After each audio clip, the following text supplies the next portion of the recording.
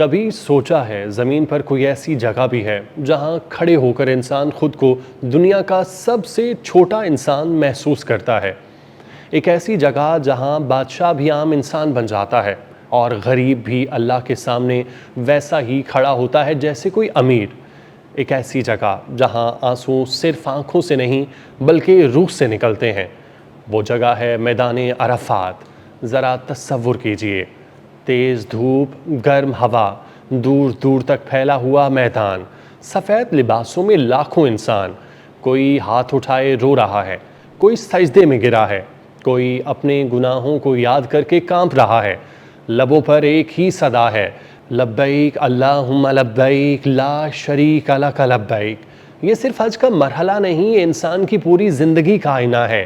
عرفات وہ زمین جس کے بارے میں روایت میں آتا ہے، یہی وہ مقام ہے جہاں حضرت آدم اور حضرت حوا ایک طویل جدائی کے بعد دوبارہ ملے تھے۔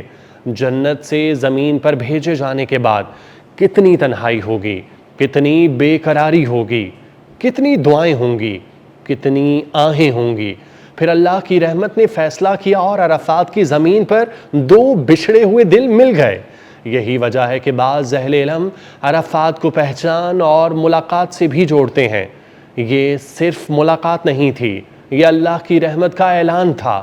یہ پیغام تھا کہ بندہ اگر گناہ کر کے بھی سچے دل سے لوٹ آئے تو رب اپنے دروازے بند نہیں کرتا۔ روایت میں آتا ہے کہ حضرت آدم نے اپنے رب کے حضور دعا کی، معافی مانگی، توبہ کی اور اللہ نے اپنی رحمت سے ان کی توبہ قبول فرمائی۔ سوچئے وہ زمین کیسی ہوگی جہاں آنسو قبولیت میں بدل گئے، جہاں توبہ رحمت بن گئی، جہاں جدائی وصال میں بدل گئی۔ پھر وقت گزرتا رہا، صدیاں گزرتی رہیں، انبیاء آتے رہے، دنیا بدلتی رہی، اور پھر وہ لمحہ آیا جس نے تاریخ بدل دی۔ 10 ہجری، حجۃ الوداع، رحمت عالم صلی اللہ علیہ وآلہ وسلم اپنے آخری حج کے لیے تشریف لائے۔ لاکھوں صحابہ موجود تھے۔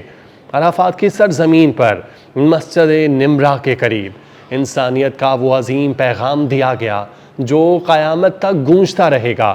وہ آخری خطبہ جس میں انسانیت کو عزت دی گئی، عورتوں کے حقوق بیان کیے گئے، سود کو ختم کرنے کا اعلان کیا گیا اور بتایا گیا کہ کسی عربی کو عجمی پر، کسی گورے کو کالے پر کوئی فضیلت نہیں ہے، فضیلت صرف تقویٰ ہے۔ پھر نبی کریم صلی اللہ علیہ وآلہ وسلم نے لوگوں سے پوچھا، کیا میں نے اللہ کا پیغام پہنچا دیا؟ ہزاروں آوازیں بلند ہوئیں، جی ہاں یا رسول اللہ۔ پھر آپ صلی اللہ علیہ وآلہ وسلم نے آسمان کی طرف انگلی اٹھائی اور فرمایا، اے اللہ گواہ رہنا۔ سوچئے وہ لمحہ کیسا ہوگا، وہ زمین کیسی ہوگی جس نے نبی صلی اللہ علیہ وآلہ وسلم کی آواز سنی ہوگی، جس نے صحابہ کے آنسو دیکھے ہوں گے، جس نے وحی کے نور کو محسوس کیا ہوگا۔ عرفات میں ہی موجود ہے جبل رحمت، رحمت کا پہاڑ، وہ جگہ جسے دیکھ کر لاکھوں دل بھر آتے ہیں۔ لوگ وہاں دعائیں مانگتے ہیں، معافی مانگتے ہیں، رحمت مانگتے ہیں، اپنے گناہوں کا بوجھ اتارنے کی کوشش کرتے ہیں، کیونکہ عرفات انسان کو اللہ کے قریب کر دیتا ہے۔ پھر عرفات کا ایک منظر ایسا ہے جو انسان کے دل کو ہلا دیتا ہے۔ جب لاکھوں لوگ سفید احرام میں ایک میدان میں جمع ہوتے ہیں تو یوں لگتا ہے جیسے قیامت کا دن آنکھوں کے سامنے آ گیا ہو۔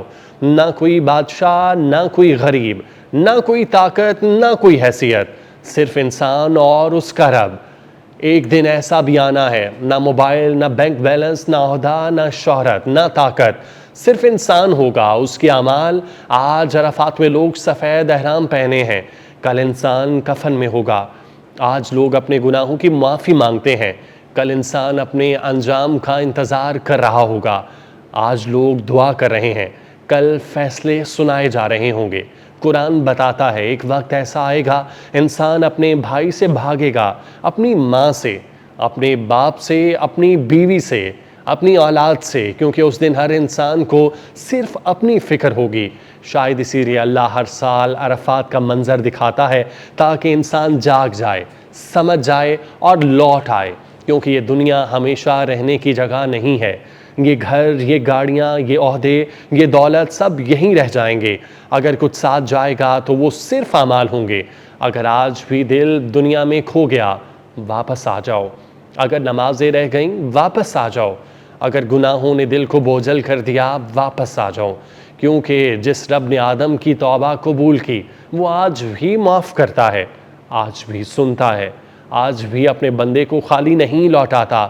شاید اگلا حج ہم نہ دیکھ سکیں، شاید اگلی صبح ہمارا نصیب نہ ہو، اسی لیے آج ہی لوٹ آؤ اپنے رب کی طرف، کیونکہ ایک دن ہم نے کھڑے ہونا ہے ایک ایسے میدان میں جہاں نہ کوئی جھوٹ چلے گا، نہ کوئی بہانہ، نہ کوئی سفارش، صرف سچ، صرف اعمال اور صرف اللہ کی رحمت۔